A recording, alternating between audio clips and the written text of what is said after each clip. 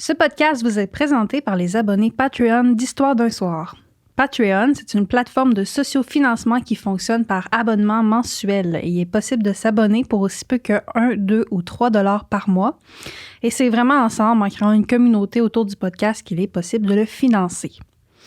Donc, comme plusieurs d'entre vous l'ont sûrement déjà remarqué sur les réseaux sociaux, je me suis récemment fixé un objectif de financement d'ici Noël. L'objectif est que le podcast soit financé à 100% par le Patreon dès 2022. Donc, pour vous abonner au Patreon du podcast, écrivez simplement Histoire d'un soir Patreon sur Google et vous verrez la page apparaître. Patreon, ça s'écrit Patreon. Bonjour à tous et à toutes et bienvenue au podcast Histoire d'un soir, un podcast où on rencontre un historien ou une historienne un jeudi soir sur 2. Je m'appelle Héloïse Venn et je suis étudiante finissante au baccalauréat en histoire à l'UQAM et il me fait vraiment plaisir de vous retrouver au Studio SF pour un nouvel épisode du podcast. Cette semaine, j'ai la chance de rencontrer Anne-Émilie Lacerte, qui est une jeune historienne qui vient tout juste de terminer sa maîtrise en histoire à l'UQAM. Puis Anne-Émilie se concentre principalement sur l'histoire folklorique et religieuse du Québec au 19e siècle. Donc, elle s'intéresse également au monde des communications et du tourisme historique et, selon ses propres dires, sa curiosité n'a pas de fin. Donc, l'épisode d'aujourd'hui est principalement centré sur le mémoire de maîtrise d'Anne-Émilie qui s'intitule « Catholicisme et curé dans le conte littéraire canadien-français du 19e siècle ». J'ai regardé et j'ai survolé son mémoire, puis j'ai décelé que l'objectif central du mémoire montre que, et je cite, « Malgré la valorisation de la religion catholique et du clergé dans les contes canadiens-français, ces derniers ne sont pas utilisés volontairement dans le but de faire la promotion de l'élite cléricale et même du catholicisme en tant que tel. » Fin de la citation. Je vous laisse donc sur notre discussion qui abordera le parcours académique et professionnel d'Anne-Émilie, comme toujours, en plus d'aller dans le vif du sujet, soit l'histoire folklorique du Québec. Bon podcast!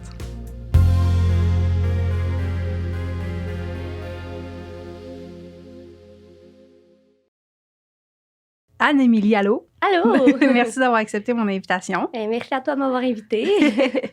Fait que sans plus tarder, on va commencer par la première question. Oui. Donc, j'ai fait mes petites recherches sur ton parcours, comme tu le sais. Puis, j'ai pu constater qu'en 2009, tu as travaillé quelques mois comme guide touristique pour la municipalité de Saint-Élie-de-Caxton. Oui. Puis, de plus, j'ai remarqué dans les remerciements de ton mémoire de maîtrise, c'est-à-dire 12 ans plus tard, que tu écris, et je cite, « Merci à Fred Pellerin qui m'a fait connaître à travers ses récits sur notre village tout un monde imaginaire qui puise ses racines dans une mémoire légendaire de notre passé. » Oui. Fin de la citation. Est-ce que tu pourrais m'en dire un peu plus sur ton rapport au village de Saint-Élie-de-Caxton et sur l'art de Fred Pellerin? Oui, ben en fait, moi, je suis née à Saint-Élie. Ah ouais? Ouais, j'étais originaire de là. Donc, j'ai quitté là, pour le cégep. Là. J'étais allée à Drummondville. Mais tu sais, Fred, tout le monde le connaît au village, mais pas juste comme étant Fred le conteur. Là. Fred, c'est l'ami de tout le monde. C'est vrai? Oui, oui. Tu sais, par exemple, quand on parle de Fred, mon père me dit souvent « Ah oui, quand il était jeune, il nous invitait au bar pour entendre ta musique. » Puis, le village, c'est une grande famille. Puis, j'ai probablement même des ancêtres en commun avec lui à quelque part, tu sais. Donc, mais c'est ça, Fred, c'est lui qu'on m'a dit qui a mis Saint-Élie sur la map. Ouais. Dans le sens qu'avant ça, je venais de Saint-Élie-de-Caxton, puis les gens avaient aucune référence. Puis ils pensaient que c'était Saint-Élie-d'Offord. Puis Ouais. c'est ça, c'était vraiment un petit village perdu.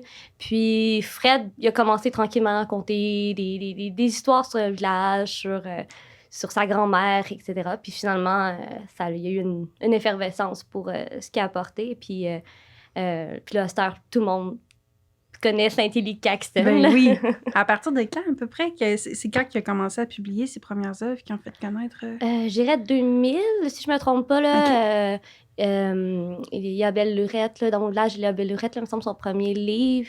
Il l'avait publié en 2000, quelque chose comme ça. Là. OK. Fait que ça fait déjà un petit bout, puis... Ouais. Est-ce qu'encore maintenant, le village et tout, c'est encore dans ton imaginaire? Est-ce que ça t'inspire? C'est-tu une source d'inspiration pour tes travaux, ces choses-là? Je dirais que oui. Ben, c'est sûr que ça m'a influencée. J'ai toujours un attrait pour le fantastique. Est-ce que c'est à cause de Saint-Élie ou c'est d'autres choses? Peut-être un mélange des deux, probablement. Là. Oui. Mais oui, c'est sûr que l'intérêt d'avoir étudié les contes, c'est parce que au village, c'est quelque chose d'assez important aussi, là, je dirais. C'est cool. Puis ensuite, entre 2013 et 2016, tu as fait un baccalauréat en histoire à l'Université de Sherbrooke. Oui. Puis, est-ce que déjà les études du folklorique puis les études religieuses du Québec, ça avait retenu ton attention? Qu'est-ce qui t'intéressait le plus au début de tes études? Est-ce que tu savais que tu allais continuer aux études supérieures? Non, en fait, pour la petite histoire, je me pensais pas assez intelligente pour aller à l'université. OK. Ouais, ma famille, tu sais, mon père pas allé à l'université, ma famille, c'est pas des gens vraiment qui allaient à l'université, puis je sais pas, dans ma tête, c'est pas quelque chose que j'aurais fait. Puis finalement, je me suis dit, ben, je vais y aller, je vais sauter le pas. Puis au pire, si j'aime pas ça ou si je suis pas bonne, j'arrêterai. Puis j'étais même pas certaine d'aller en histoire. Je regardais ce qui me plaisait. Puis en fait, j'ai fait mon deck en danse. OK. Ah ouais. Fait que c'est vraiment ailleurs. Fait que quand j'étais à l'université, je dis, bon, qu'est-ce qui me plaît? Qu'est-ce que je voudrais essayer? Tu sais, je veux dire, je pourrais aller en histoire. J'ai toujours aimé ça. J'ai eu un professeur en secondaire 5 en histoire qui était comme un peu spécial. Tu sais, il nous parlait de la Deuxième Guerre mondiale, il nous faisait écouter des films, il nous faisait écouter de la musique. Donc, c'était assez pété, puis ça m'a attirée. Puis je me suis dit, je pense que j'aime ça, l'histoire. Fait que je vais essayer. Ben oui. Et finalement, ben, j'ai eu un gros coup de cœur. Puis je m'étais dit, si j'aime pas ça, je changerai à la session pour un autre cours ou quoi. Puis finalement, je suis restée tout le bac. Puis après, la maîtrise était comme présentée devant moi. Puis j'ai fait, ben, j'ai envie d'approfondir un sujet parce qu'avec les travaux de bac, c'est comme des courts sujets que tu fais rapidement dans une session. Puis j'étais comme, j'aimerais ça vraiment creuser plus un sujet. Puis j'étais comme, je pense que je suis capable de le faire. Donc, j'ai décidé de me lancer là-dedans. Puis au début, je voulais étudier l'histoire du protestantisme en Europe. OK. Donc, on était vraiment ailleurs, là, c'est ça. Exactement. Puis même, j'avais une directrice de maîtrise que j'avais déjà comme spotée à Sherbrooke. OK. Puis, pour tant qu'étudier l'Europe. Et c'est en allant voir un spectacle du Vent du Nord. Je sais pas si c'est la musique folklorique, là. Puis il y avait le 40e de la bottine souriante. Oh mon Dieu, ça me revient. Je me suis déjà fait parler du Vent du Nord récemment. Oui, oh my gosh. Salut Mathieu, si tu nous écoutes. Fait que c'était la veillée de l'avant-veille, le 30 décembre. Puis j'ai vraiment, je sais pas, il y a quelque chose qui est venu me chercher au fond de moi. J'étais comme, oh non, faut que je travaille sur le Québec. Puis il faut que je travaille sur quelque chose qui est lié au folklore. Ouais. Je sais pas, c'est comme venu... c'est un moment là, décisif. L'expiration, oui. Exactement. Tu sais, l'Europe, ça m'intéressait. Je suis comme, oh, ça a l'air cool. Mais ça, c'est vraiment venu me chercher. Fait que j'ai changé de directeur, mais je me suis emmenée à Montréal entre-temps aussi. Là. OK.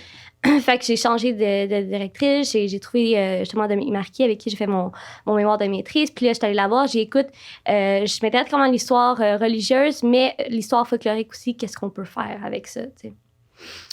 Fait que je sais pas si je devance un peu tes questions. Un peu, mais t'es partie sur le récit. Regarde, j'ai remarqué que tu es ensuite venue à Montréal à la fin de ton programme de maîtrise. Je suis rendue là, ouais. Donc là, je vais te demander comment est-ce que Mme Marquis puis toi, vous avez défini ton sujet de maîtrise? Où est-ce que tu situerais ton mémoire par rapport aux autres travaux qui ont été faits sur le sujet? Oui. Donc, je suis allée la voir, puis en discutant, on s'est rendu compte qu'il y a beaucoup de travaux qui ont été faits sur le diable dans les contes et légendes, particulièrement en études littéraires, un peu moins en histoire, mais souvent, on va parler de la chasse-galerie, du diable à la danse, tu sais. Ça venait beaucoup, puis j'étais comme... Ouais, mais le diable vient de l'imaginaire du christianisme, en fait. Mais la représentation du catholicisme et des curés est où, tu sais, je veux dire, j'ai l'impression qu'on n'y a pas vraiment touché, que les auteurs en ont peu parlé. Ils en parlent tout le temps, mais à travers le médium du diable, justement. C'est vrai. Fait que là, on a regardé un petit peu. Il y a eu peu de travaux qui ont été faits vraiment sur le sujet. Des petits articles par-ci, par-là, surtout en études littéraires. Donc, je me dis, ça pourrait être vraiment intéressant d'approfondir un peu cet aspect-là. Puis, juste pour qu'on comprenne un peu plus le fond de ton mémoire, après ça, est-ce que tu pourrais nous dire c'était quoi les questions de recherche de base qui ont structuré ton étude?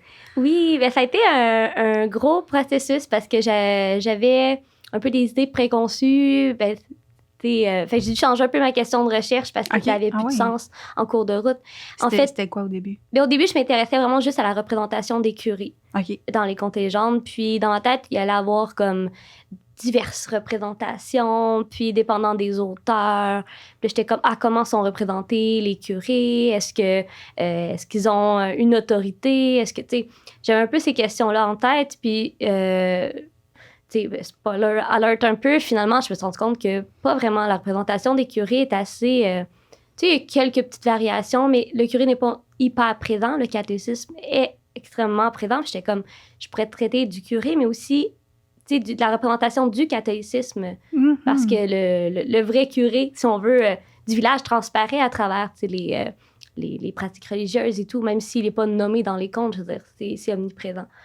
Donc là, je me suis demandé, en fait, est-ce que les auteurs, en fait, qui transcrivent les contes, faisaient pas la promotion du catholicisme à travers leurs contes, ce qui n'essayait pas d'influencer la population à travers de ça. Donc, c'était ma question de recherche, finalement, qui est ressortie de...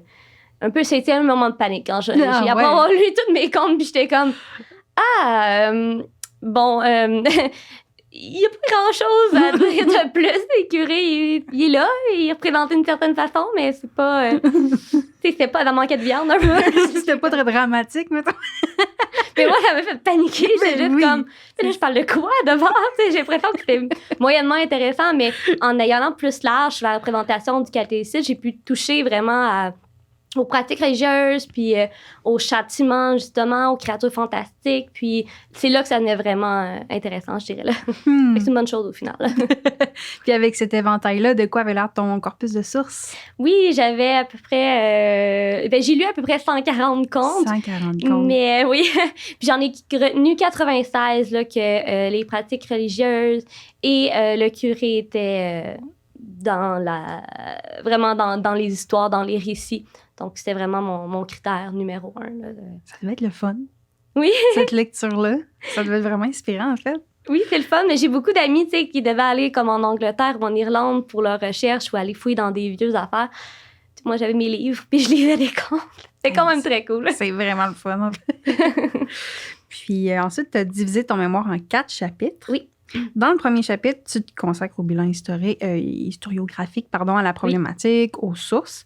Puis, en répondant à la question, on est un peu allé dans cette zone-là, fait qu'on va aller directement aux autres chapitres. Oui. Donc, dans le deuxième chapitre, tu abordes plutôt les écrivains et la formation d'une littérature nationale. Qu'est-ce que tu retiens de ta recherche à ce niveau-là? Est-ce que tu peux nous résumer ce que tu as compris au sujet de la littérature des contes et des écrivains au Québec au 19e siècle? Oui, exactement. Donc, ce qu'il faut savoir, c'est qu'à partir des années 1860, plus précisément, le 1861, il y a eu vraiment une volonté de la part de beaucoup d'auteurs, entre autres, certains nommés l'abbé Casgrain, qui a, avec plusieurs de ses collègues, là, on parle de Joseph-Charles Taché, Louis Fréchette, une petite gang là, d'écrivains que si on étudie le 19e siècle, on connaît sûrement. Là, c'était assez omniprésent à l'époque.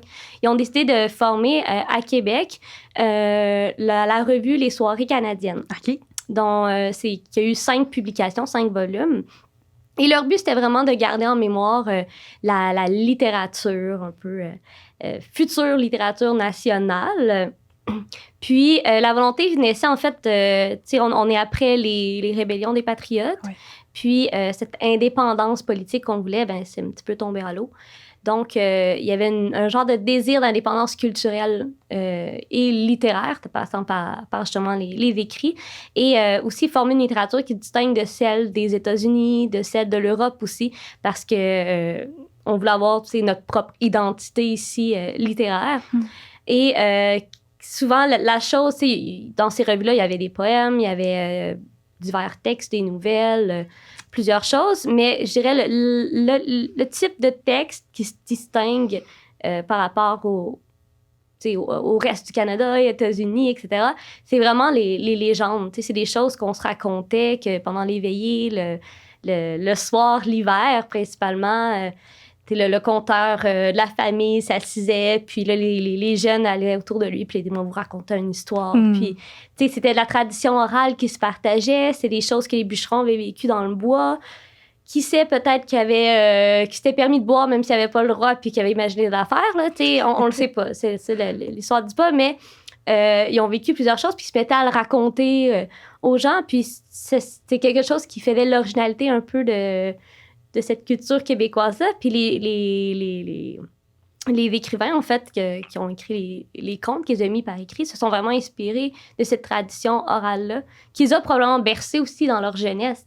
Probablement que, je dis ça comme ça, mais Taché ou Beaugrand, là, peut-être qu'il était dans une soirée de famille, une veillée, puis il y en a un qui est, où ça peut être son oncle, son père ou quoi que ce soit. Donc, ils se sont dit, il faut pas que ça se perde. Fait que c'était vraiment ça le but des soirées canadiennes de la revue, c'est que ces écrits-là, ces légendes-là ne partent pas dans l'oubli, puis qu'on puisse les immortaliser là, à l'écrit. C'est bien beau. C'est un peu, tu sais, comment s'est formée cette littérature nationale, si on veut.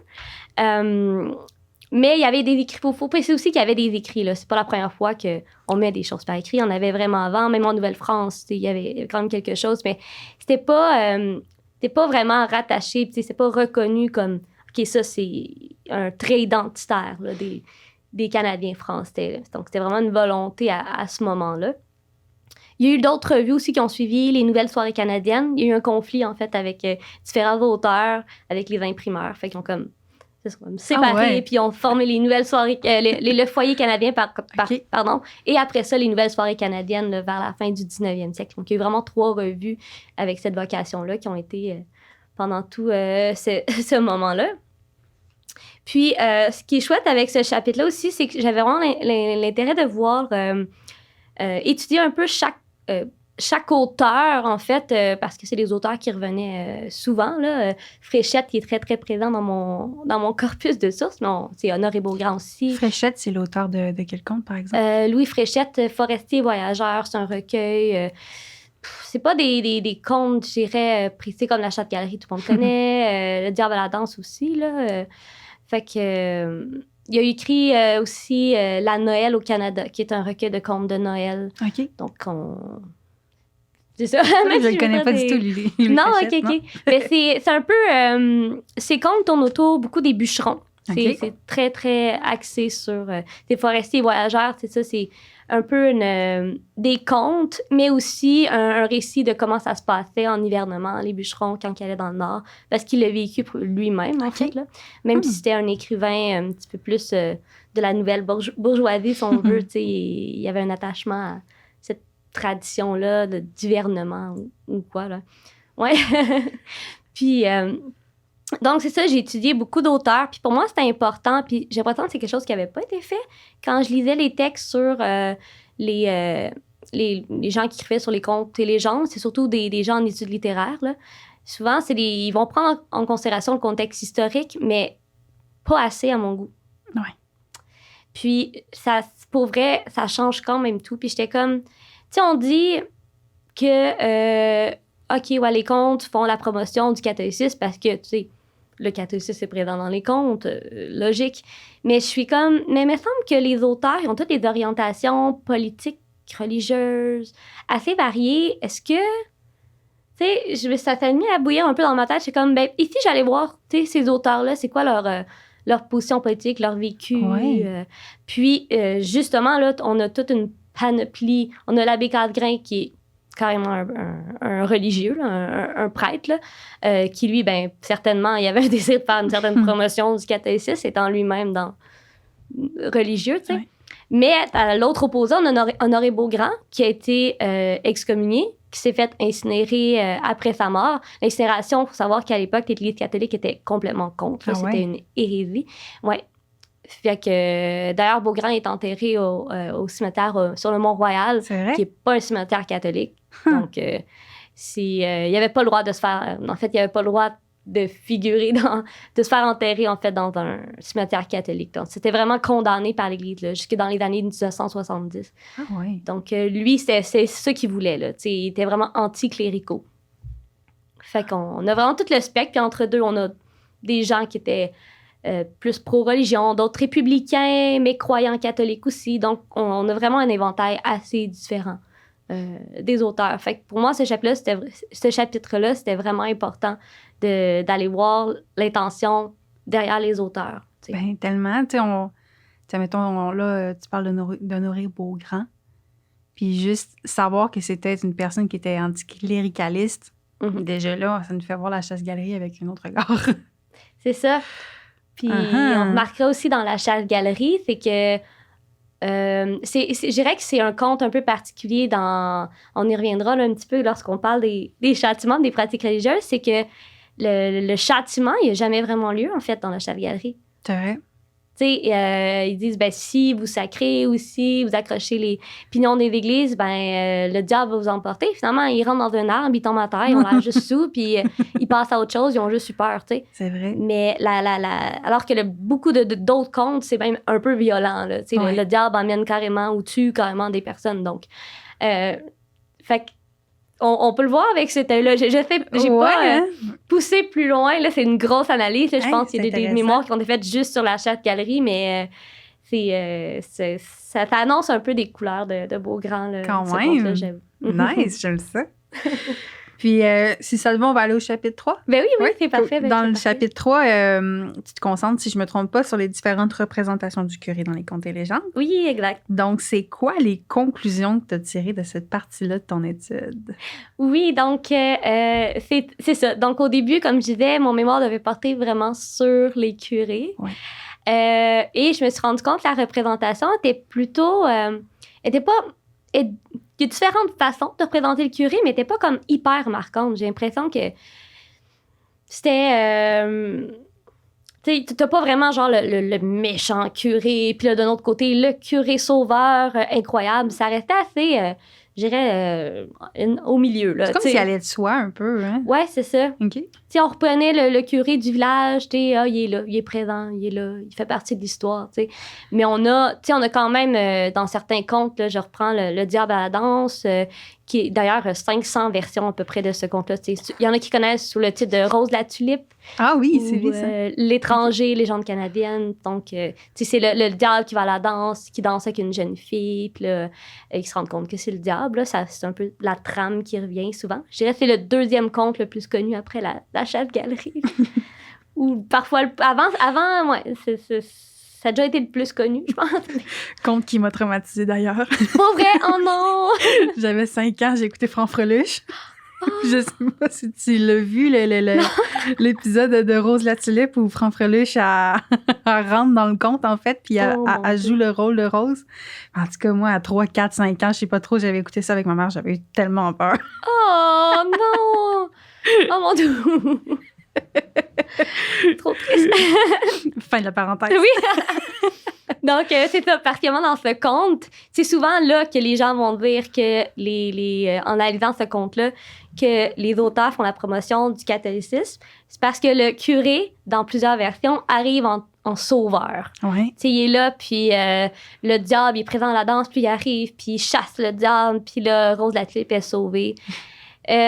Sauf que ça, c'est un conte. On peut pas... j'étais assez surprise, parce que j'ai lu des études qui concluaient qu'il y avait cette promotion-là en se fiant juste à ce conte-là. Ah, une généralisation. Exactement. Puis, j'étais comme, oui, en effet, ce conte-là peut donner cette idée-là. Puis c'est vrai que ça serait assez logique.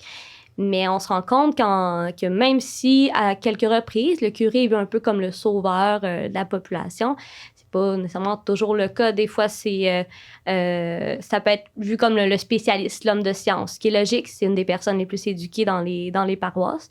La plupart des gens sont paysans, un peu analphabètes.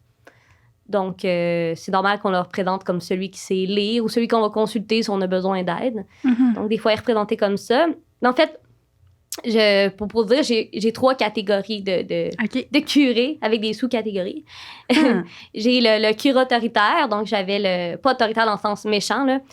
On a essayé de trouver un mot avec ma directrice qui était moins, mais je pense que c'était vraiment l'autoritaire qui venait, là, mais c'était pas autoritaire méchant. C'était plus comme celui qui a une autorité, donc le sauveur ou le spécialiste, justement. Okay. il y avait le curé un peu familier, si on veut, là. Donc, des fois, il représente un peu comme un père de famille. Il prend soin de ses paroissiens. Mettons qu'il y en a un qui fait une niaiserie, ben, il est comme ah, mais non, mais ça va aller, je vais t'aider, je vais bénir tel truc, ça va aller bien. Ou des fois, même comme l'ami, je vais voir mon ami le curé là, pour le jour de l'an. Puis, c'est vraiment le gars de la population, le gars comme tout le monde, un peu. T'as-tu des exemples pour ces 3 catégories-là? Pour ces... mettons, le curé autoritaire, est-ce que dans quel conte, mettons, on pourrait le retrouver? Oui, ben j'avais amené ma petite liste parce que sur toute ma lecture de contes, pour être honnête, j'étais pas toute retenue. Donc, comme ça, je suis sûre de pas me tromper aussi, là. Ben, tu sais, par exemple, quand je parlais un peu du Sauveur de la Nation, c'est ça, le diable à la danse. Il y avait aussi, j'avais intégré la messe du revenant de Louis Fréchette, qui est une histoire de curé fantôme qui avait eu des pensées malsaines en faisant une messe à un moment donné, puis il était condamné au purgatoire. Et il y a un des paroissiens qui a demandé, en fait, de l'aide à un autre curé. C'est lui qui est représenté comme le curé sauveur. Puis là, le curé a décidé d'aller l'aider, faire comme, garde, tu vas apprendre les réponses pendant la messe. Puis quand le curé fantôme va arriver, ben, tu vas faire ça. Donc, c'est un peu le sauveur qui a sauvé son collègue décédé, curé, là, si on veut. Donc, ça peut être un peu vu comme ça. Comme on voit, au-delà du diable à la danse, les autres contes, c'est un petit peu plus subtil quand même. Donc, après ça, le spécialiste, j'avais... des fois, c'est juste des mentions, là, comme dans le Père Louison de Beaugrand. Là, on parle du curé comme l'homme de science. OK. On va parler aussi... il y a un autre conte, là, La Maison hantée, de Pamphile Lemay, qui est d'ailleurs, pour moi, une trouvaille incroyable, cet auteur-là. On n'en parle pas, on le connaît peu. Mais c'est comme... Moi, je dirais que c'est un peu notre Edgar Allan Poe du Québec. C'est vrai? Ouais. Le gars est super... C'est vraiment étrange parce que le gars est super croyant. Il intègre comme des messages assez moralisateurs dans ses contes. Mais en même temps, il y a des sujets un peu très sombres. Tu sais, il y a une histoire d'hibou, de squelettes, c'est quasiment malaisant comparé aux autres que ça peut être un peu plus, jovial. Ouais. Lui, Nice. c'est assez sombre, ses contes, puis en tout cas, je vais aller le lire. C'est vraiment Pamphile intéressant. Lemay. C'est ça, conte vrai de Pamphile Lemay pour Parfait. le recueil, si jamais... On en prend note. C'est un de mes auteurs préférés. Donc, lui, il y avait dans un de ses contes, comme... Il se passe des choses surnaturelles et les personnages vont aller le consulter pour lui demander là, il se passe ça, c'est quoi, pouvez-vous nous donner des explications? Bon, c'est pas des explications scientifiques, là, si on veut, là, on est au 19e siècle, là, on s'entend bien, mais c'est des explications religieuses de la chose, là, considérant qu'à l'époque, c'est que c'était vrai, là, l'équivalent de la science, si on veut. Donc, c'est pour ces 2 catégories-là. Donc, du côté, justement, du curé plus près de la population, là, la figure paternelle que je parlais. Il y avait La quête de l'enfant Jésus de Beaugrand. OK. Puis, dedans, justement, on va dire que le curé va aider un jeune homme là, à rebâtir sa réputation. Puis, il va dire, le curé avait une affection paternelle pour moi. Là, donc... C'est que là, on le voit vraiment, c'est vraiment nommé. Ou, tu sais, l'ami, le curé un peu ami, là, si je veux dire. J'avais La Maison hantée de Fréchette. Des fois, les titres reviennent, ça peut être un peu mélange. J'avais La Maison hantée de Pamphile Lemay, La Maison hantée de Fréchette. Mais dedans, justement, le curé, ça, c'est vraiment comique. Le curé, en fait, c'est plus un prêtre qui enseigne au séminaire.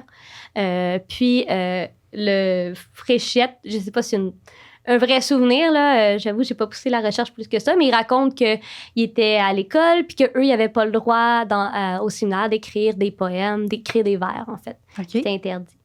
Et il dit que le prêtre, il dit... En fait, il devait être puni là, s'il écrivait des vers. Fait que là, le prêtre, il dit, bien, viens dans ma chambre, prends le bureau, puis... tu sais, ça t'intéresse, va écrire. Puis si t'écris des vers, c'est moi qui va s'en charger. C'est clairement subtil pour dire, va écrire des poèmes, je vais sous ma supervision, comme ça, tu te feras pas pogner par le directeur, puis tu seras pas puni, là, tu sais. Fait que lui, je l'ai rentré un peu dans l'ami, tu sais, il est comme un peu, on va moi, t'arranger ça, moi, là, puis on... Et pourquoi il n'y avait pas le droit d'écrire des poèmes? À l'époque, on a beaucoup de débats, là, au niveau du clergé par rapport à beaucoup de sortes de littérature, là. Tu sais, par exemple, les romans. Il y a plein de... L'Église a fait la guerre aux romans, là. Les poèmes aussi, dépendant de quel type de... Je pense, là, de structure. Il y a des choses qui étaient condamnées par l'Église. Tu sais, l'Église avait vraiment un droit de vision sur les écrits. La censure même sur la forme. Ouais. Puis d'ailleurs, il y avait un mouvement ultramontain à l'époque aussi qui était plus catholique que catholique, qui était présent et qui essayait vraiment de censurer beaucoup d'écrits. Donc, c'est un petit peu l'ambiance dans laquelle on était là, à cette époque-là. Fascinant. Oui. Puis, la troisième, donc, grosse catégorie là, de curé que j'avais, c'est le curé un peu dans son rôle traditionnel, un peu le curé figurant qu'on l'avait appelé. OK. Donc, c'est le curé qui fait sa messe. Tu sais, mettons, il est écrit, ben là, le curé, il a célébré un mariage, puis on passe à autre chose. Tu sais, c'est juste nommé. Ou encore, comme expression, je reviens encore à Louis Fréchette qui utilise, en fait, son personnage qu'il reprend souvent, qui s'appelle Joe Violon, qui dit tout le temps, comme dit Monsieur le curé, suivi de ceux que tu veux insérer à côté, là. Donc, c'est souvent, il revient comme par expression. Fait que c'est pour ça que je l'avais rajouté aussi dans mon analyse, parce que c'est assez intéressant qu'il soit nommé. Mais comme je dis, c'est un personnage très important dans les paroisses. T'sais, il est au centre du village. C'est pas exceptionnel, c'est comme normal. Puis j'ai l'impression qu'il est intégré un peu dans ce genre de normalité-là. Ouais. C'est un peu ça que je chantais, ouais. C'est... Puis, est-ce que ça te va qu'on aille au... Oui, ben c'est un petit peu le... C'est ça. Ah oui, ben il y a justement, j'en avais parlé un petit peu, je l'avais oublié presque, le mauvais curé. C'est vrai. C'est vrai. Il y en a pas beaucoup. Puis quand j'ai mauvais, je vais mettre des gros guillemets. Tu sais, par exemple, il y a un des contes que j'avais étudié, c'est Le Feu des Roussys de Fauché de Saint-Maurice. Puis le curé, ça a l'air qu'il boit en cachette. Quand j'ai mauvais, entre guillemets, là, mais c'est mal vu là, pour eux, là, mais... Donc, puis aussi, il y avait, dans certains contes de Pamphile Lemay, là, comme Petite scène d'un grand drame, puis le patriotisme, qui sont des contes qui ont lié, qui font référence aux rébellions des patriotes. Donc, là, le curé est contre les patriotes. Mais okay. Encore là, mauvais avec des gros guillemets. C'est pas le méchant qui va aller tuer tout le monde. C'est vraiment comme il est revu un petit peu grivois ou encore il est contre nous là, mais jamais vraiment. C'est ça. Assez tranquille comme mauvais curé. C'est pas le Joker. C'est pas comme dans Babine là, avec Fred Pellerin puis tout là, le curé neuf là. Lui, tu sais, là, on peut le classer de mauvais, là. Je sais pas si t'as vu le film. Même pas, écoute. Même pas. Mais là, pas tes devoirs. Non, c'est ça. On le recommande. Mais c'est ça dans le film. Mais, en fait, peut-être mes idées préconçues venaient de là.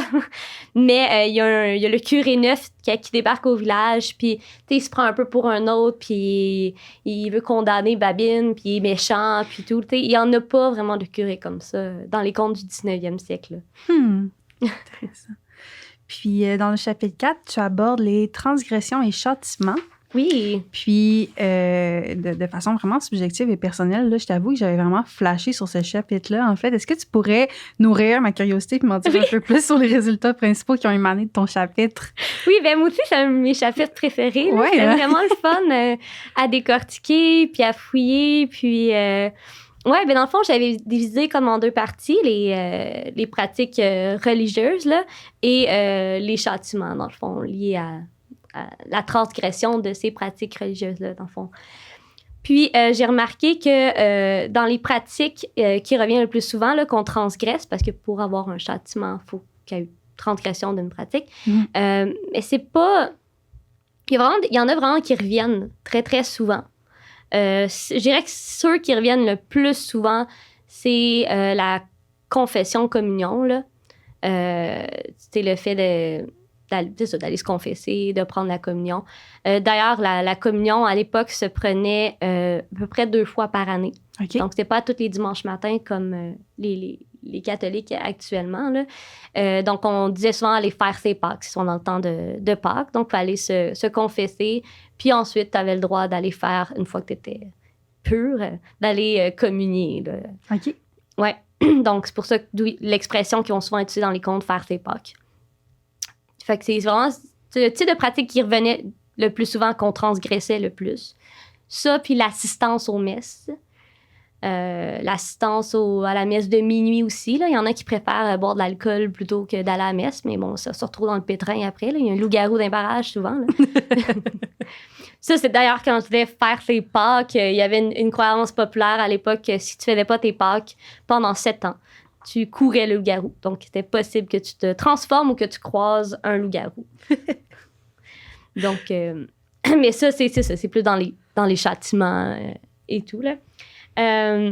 Sinon, il y avait aussi le manque de charité, un peu tout ce qui est lié à l'avarice, le fait de ne pas être généreux.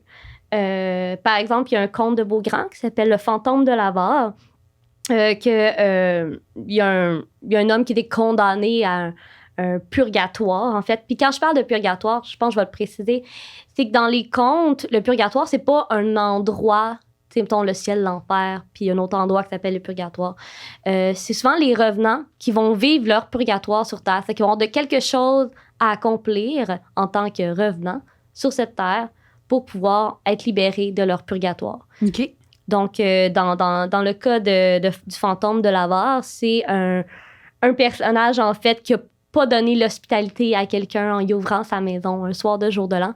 Puis, il est condamné à chaque soir de jour de l'an pendant toute l'éternité, s'il faut, à être là en espérant que quelqu'un vienne pour qu'il puisse lui offrir l'hospitalité. Ça a été publié en quelle année, ça? Beaugrand, c'est en 1900. OK. Si je me trompe pas, là, exactement des dates, là. Ouais.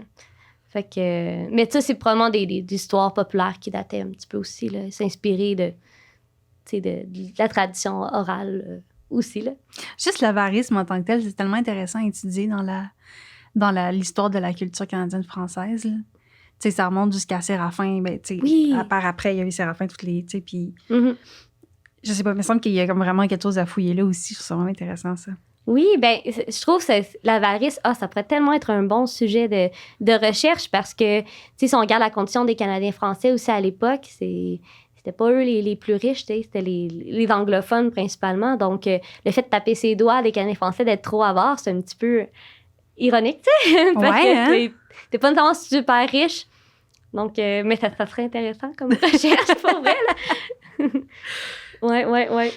Puis, si on continue dans la petite liste de transgressions, il y avait la danse. La danse? Ah oui, les curés n'aimaient pas ça. Mais vraiment, dans le fond, il y a comme une guerre envers les nouvelles danses à la fin du 19e siècle de la part de l'Église. Parce qu'avant, on dansait un peu plus éloignés les uns des autres, tu sais, fameux 7 carrés, etc. Puis est arrivée d'Europe la fameuse valse, où est-ce que les gens s'enlacent pour danser. Donc là, on a un homme et une femme qui se touchent. Le curé aime pas trop ça. Ah ouais? Ouais. Donc, ça a été un gros... pour nous, ça semble complètement ridicule, mais il faut imaginer, c'est comme, tu sais, aujourd'hui, ceux qui dansent de façon sexy puis que ça peut choquer certaines personnes, ben à l'époque, c'est la valse qui choquait de la même façon la population, tu sais. Fait que souvent, ça va revenir dans les contes, là, l'interdit de la danse qui est transgressé, en fait. Puis, dans les versions de Rose la Tulipe, est-ce qu'elle danse la valse? C'est pas indiqué. C'est peut-être qu'il y en a un ou deux qui est indiqué. C'est pas indiqué, mais le fait qu'il y a des soirées qui sont organisées, qu'on organise des danses, puis aussi l'étranger invite Rose à danser. Tu sais, on peut suggérer que c'est probablement des danses à deux. Donc, probablement. C'est pas mentionné, mais c'est clairement... On se doute que Rose et le diable ne font sûrement pas des 7 carrés. Ça, j'ai rien. Là. C'est quand même drôle. L'image. Hein? Oui, c'est ça. Puis, en lien justement avec Rose Latulippe et autres femmes, parce qu'il y en a d'autres aussi, les fameuses frivolités des femmes. Là. Ça atteint juste les femmes.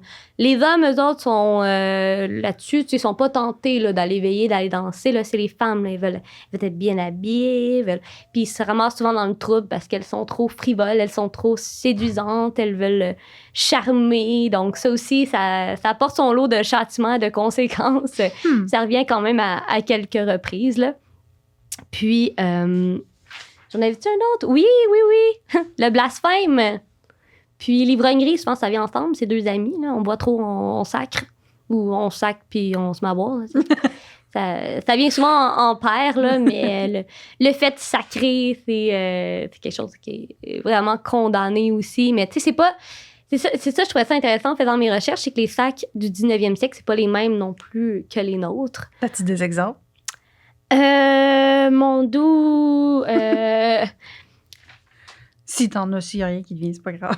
Ben, baptême, là, on le disait souvent, on faisait référence à la Vierge aussi, plus, là, je dirais, aux moitié du 19e siècle. Là. Fait que tout ce qui est référence un peu aux objets religieux ou au Christ, c'est arrivé plus à la fin du 19e siècle. Parce que les blasphèmes évoluent. Tu sais, ça devient de plus en plus comme, disons, normal, plus... Donc, on en invente toujours des plus choquants. Là, puis, en tout cas, pour les gens, on essaie de varier au fil de l'époque. Je sais pas si tu sais quelle question un peu hors contexte, mais ça vient de quand les sacrés avec des mots d'église? Ça me ramène un petit peu à loin. Là, j'avais étudié vraiment là-dessus. Je pense que ça avait commencé, là... il y en avait en France. OK. Donc, en Nouvelle-France, ça disait déjà... Je pourrais pas, malheureusement, donner l'exemple. Je m'en rappelle plus exactement. Ça faisait référence directement à quoi, là, mais... d'instinct, je dirais qu'en France, il y en avait, mais il y a eu la Révolution française. Puis après, de toute façon, l'Église, on voulait plus nécessairement... Tu sais, c'était plus lieu de transgression que d'utiliser des mots d'Église si l'Église est moins présente dans la société. Alors qu'au Canada... Tu sais, c'est le thrill un peu là, de hey, on va dire des choses qu'on n'a pas le droit de dire, puis parce que l'Église catholique est encore très présente jusqu'à tout récemment là, dans la société. Là. Fait que ça daterait, je dirais même, de la France, peut-être même médiévale. Là. Si je me trompe pas, là. On me corrigera si s'il y a quoi que ce soit. Là, je suis ouverte. Est-ce que tu penses qu'il y a un lien entre, mettons, plus l'Église est omniprésente, plus sacré avec des mots d'Église, c'est mal, donc plus présent, mettons? Je pense que oui. Ce serait pour ça, mettons, qu'au début, que vers la fin du 19e, début du 19e, ça pourrait être un peu plus utilisé, vu que l'Église était vraiment comme... Oui. Vraiment très présente à l'époque, je sais pas. Oui, ben je pense que c'est le cas.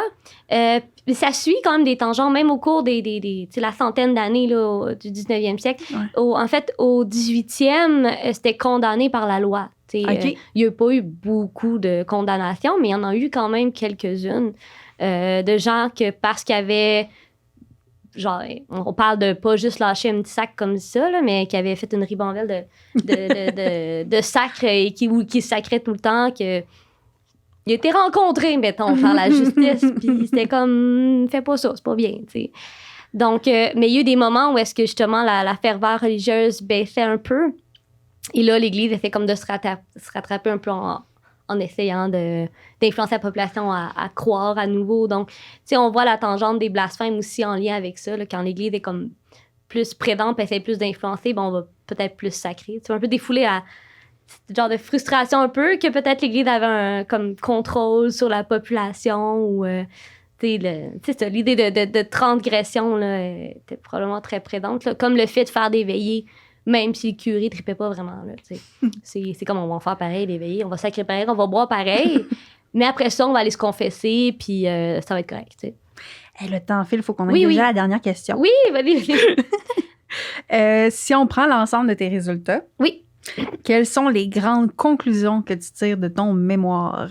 Quels sont les résultats finaux, en fait? Qu'est-ce que tu en retires? Ben, en fait... Ça revient à ma question de recherche, là, justement, du début. Est-ce qu'il y a une promotion qui est faite de la part des auteurs de façon, je dirais, volontaire? C'est sûr qu'il y a toujours une influence là, sur la population. Là. Tout ce qu'on lit, tout ce qu'on fait a une influence. Mais je veux dire, est-ce qu'il y a vraiment une promotion volontaire? Là? Et je crois que non. OK. Puis c'est drôle parce qu'il y a beaucoup de gens en études littéraires qui qui disaient l'inverse, qui disaient que oui. Mais parce que chaque auteur représente, justement, qu'on a pu voir un peu avec les pratiques, de façon assez similaire, malgré leur position religieuse. Donc, à mon avis, il n'y a pas une intention. Puis, de toute façon, les auteurs peuvent le faire à travers des pamphlets politiques, puis ils le font, là. Dans les journaux, ils se positionnent à fond, là. Puis ça se chicane, ça s'astine par écrit. Mais c'est comme si le conte, c'est pas fait pour ça.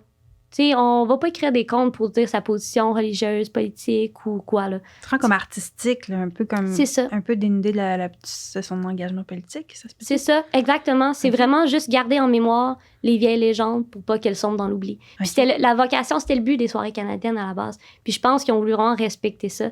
Ils voulaient pas mettre leur opinion là-dedans. Ils voulaient transcrire cette tradition orale-là à leur sauce, bien sûr, là. C'est vraiment... à leur façon, eux, ils rajoutaient, ils inventaient des choses quand même, mais c'est pas leur intention. Parce que la représentation est tellement similaire d'un auteur à l'autre que, tu sais, à part peut-être comme j'ai la Chatte-Galerie où est-ce que, ça, finalement, ils sont pas punis, je voyais pas vraiment de variation, de différence. Puis de toute façon, la population à l'époque, tu sais, les petits paysans, là, c'est pas eux qui vont lire les revues littéraires. Ils sont même trop occupés à s'occuper de leur champ, faire leur petit job. Puis en plus, jusqu'à la fin du 19e siècle, la population est encore principalement analphabète. Là, l'école commence à être obligatoire. Donc, les jeunes commencent à lire plus. Mais encore là, est-ce que c'est eux qui vont, dans les campagnes, qui vont lire les soirées canadiennes, par exemple? Probablement pas. Ça se lisait entre élites. Donc, si la promotion devait être faite envers la population, une promotion de l'Église catholique, bien, elle se faisait directement par le curé à l'église le dimanche matin. Ça se faisait pas par on n'avait pas besoin des contes pour influencer les personnes.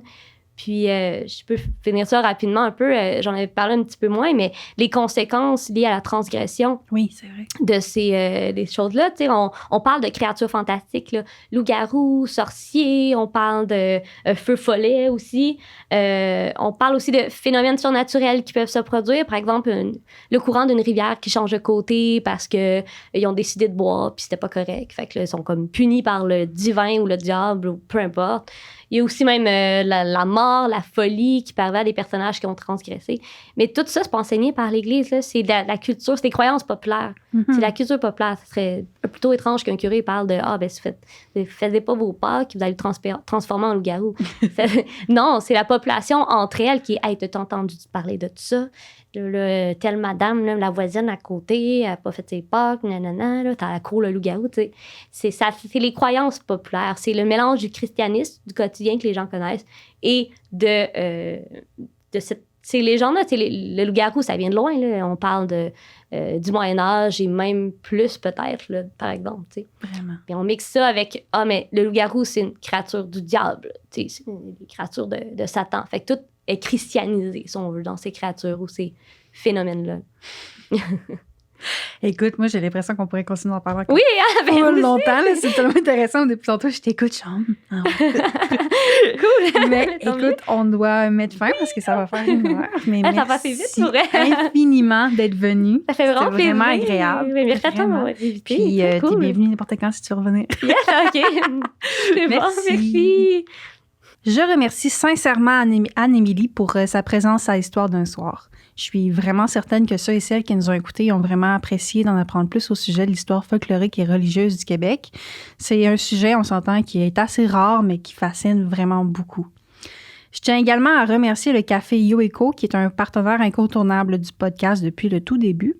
De plus, je vous invite à aller les visiter sur place au 5590 rue Laurando à Villemort afin de profiter d'un 2 pour 1 sur les boissons, en plus de profiter d'un rabais de 30% sur les sacs de café. Vous n'avez qu'à mentionner que vous êtes un abonné du podcast d'Histoire d'un soir et à montrer votre preuve d'abonnement sur YouTube. Donc, je remercie sincèrement le propriétaire Yorick Caron pour cette belle promotion pour les abonnés du podcast. Je remercie également les éditions du Septentrion pour leur support vis-à-vis le projet, tout comme le service des communications de l'UQAM. Ensuite, comment ne pas parler de Catherine et Nicole, la fabuleuse équipe technique du Studio SF qui nous aide tellement à produire un podcast de qualité.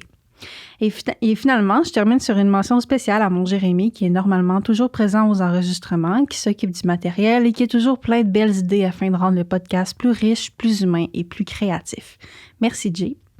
Sur ce, je vous souhaite un bon début d'hiver et je vous envoie écouter une conférence d'Anne-Émilie qui s'intitule « Noël chez les Canadiens français » et qui est disponible en ligne. Le lien sera dans la barre d'infos en dessous de la vidéo sur YouTube. Je vous souhaite un excellent mois de décembre et on se revoit dans 2 semaines.